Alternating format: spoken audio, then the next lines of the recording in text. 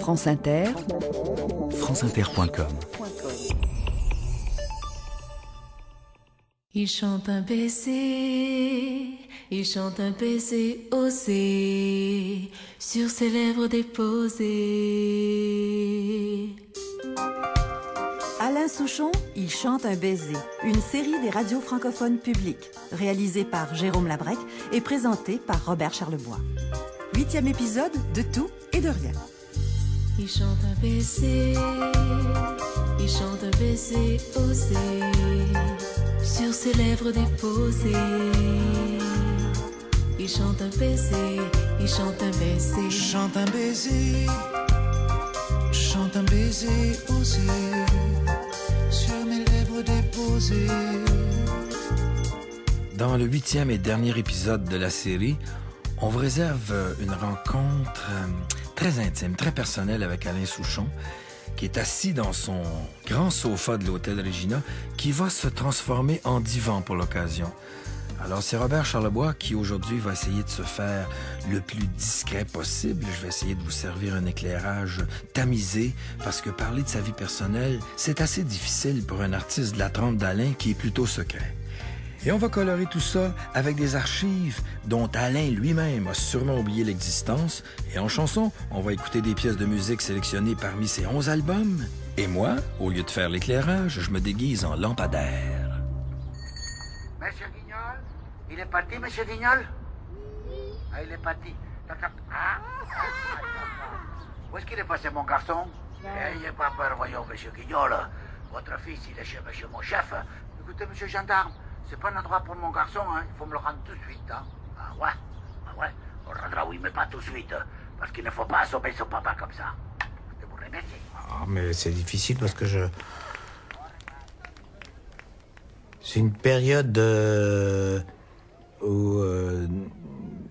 très compliquée. J'avais une famille extrêmement compliquée de gens qui ont été portés par la vie, ballottés par la vie dans tous les sens, et ça a donné des résultats difficiles pour tous les enfants. Et on était plusieurs, et des frères, des sœurs, des demi. C'est tout des demi. Et donc j'aime pas parler de ça parce que c'est l'histoire de ma famille. C'est pas mon histoire de chanteur. Ce qui est bien, c'est mon histoire de chanteur, mais l'histoire de ma famille, ça n'a pas. Je suis né à Casablanca parce que mon père était, ils étaient là-bas parce qu'ils étaient professeurs et ils étaient nommés là-bas. Et puis voilà. Puis après, on est revenu à Paris, et puis donc ça a été très compliqué, je vous dis, la famille.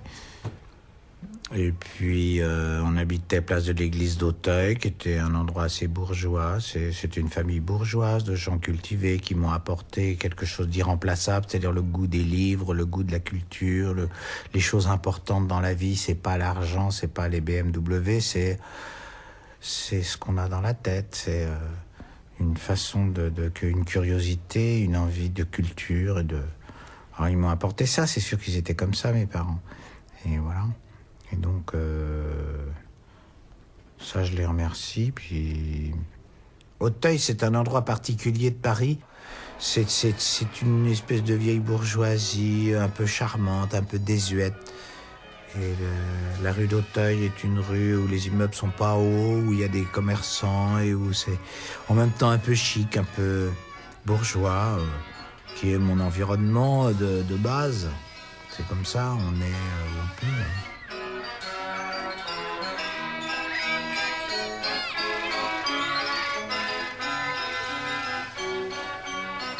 Vous savez, pour être heureux, faut s'aveugler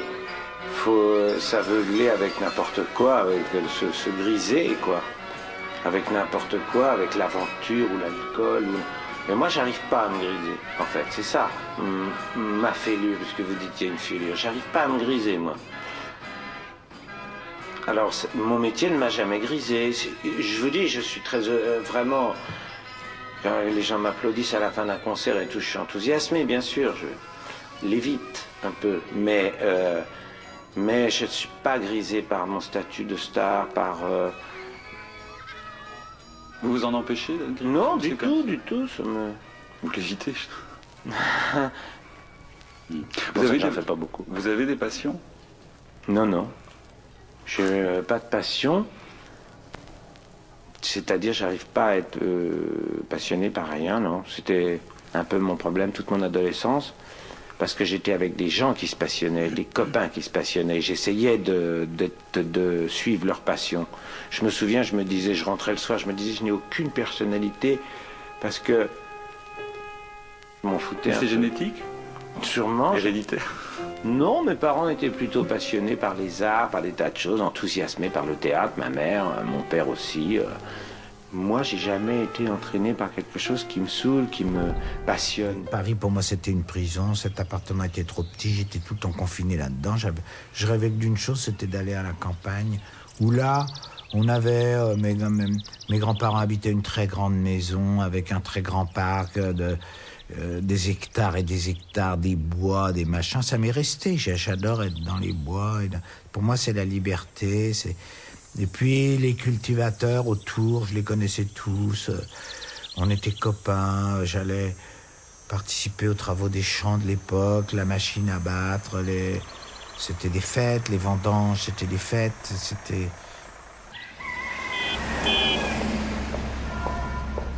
Dans le 16e arrondissement, je me souviens qu'il y avait un personnage, un beau monsieur qui passait. Et mon père me disait, tu vois, ce monsieur, c'est le prince Yusupov. Il a tué Rasputin. C'est des souvenirs d'enfance. J'ai eu une vie de famille assez compliquée et difficile. Et, j'étais assez absent, assez rêveur, timide. Et les choses m'intéressaient pas tellement, les choses en général, quoi. En général, j'avais envie de m'en aller. J'avais cette idée vague de partir, quoi. Qui correspondait d'ailleurs à l'époque. Les gens avaient envie de partir à cette époque-là aussi. Je suis pas parti.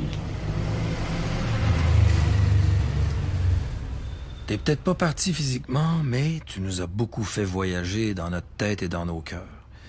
Et au lieu de prendre la mer, j'aimerais qu'on parle de ta maman, qui est une femme que j'ai pas connue, mais qui, paraît-il, était d'une très grande beauté et d'un très grand courage. Et elle nous a fait un sacré beau cadeau parce que pas de maman Souchon, pas d'Alain.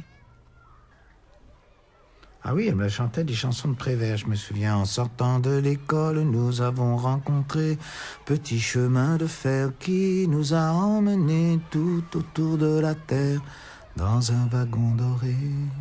C'était joli, c'était... Oui, Et comme ils chantaient aussi, je me souviens, quand on allait en vacances dans la montagne, en marchant, on chantait... ma mère me chantait, c'est nous les Africains qui revenons de loin, nous venons des colonies pour sauver le pays. Cette chanson qui a été reprise dans le dernier film, qui a eu beaucoup de succès, là, sur les gens d'Afrique du Nord qui été embringués dans la guerre, dans l'armée française.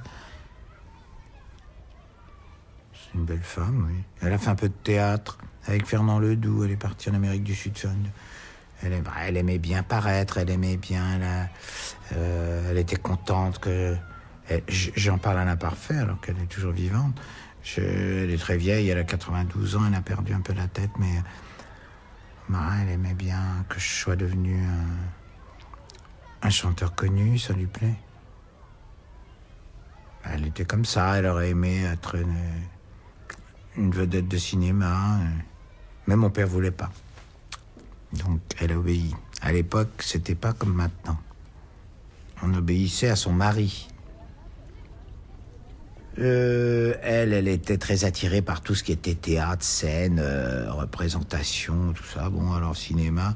Alors elle m'a emmené à un concours de chansons au Palais de Chaillot, qui était un truc où il y avait plein d'enfants qui chantaient les uns après les autres.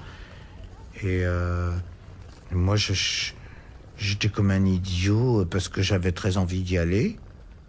Quand je voyais les autres, je trouvais que c'était génial. Ils chantaient, tout le monde les regardait, les applaudissait. Puis en fait, j'y suis allé. Puis une fois que j'étais sur scène, j'ai pas pu dire un mot.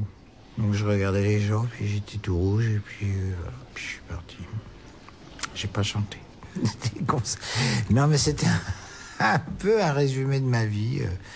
D'essayer de faire des choses, puis de pas y arriver. Mais enfin bon, j'y suis arrivé après, je vais pas me plaindre.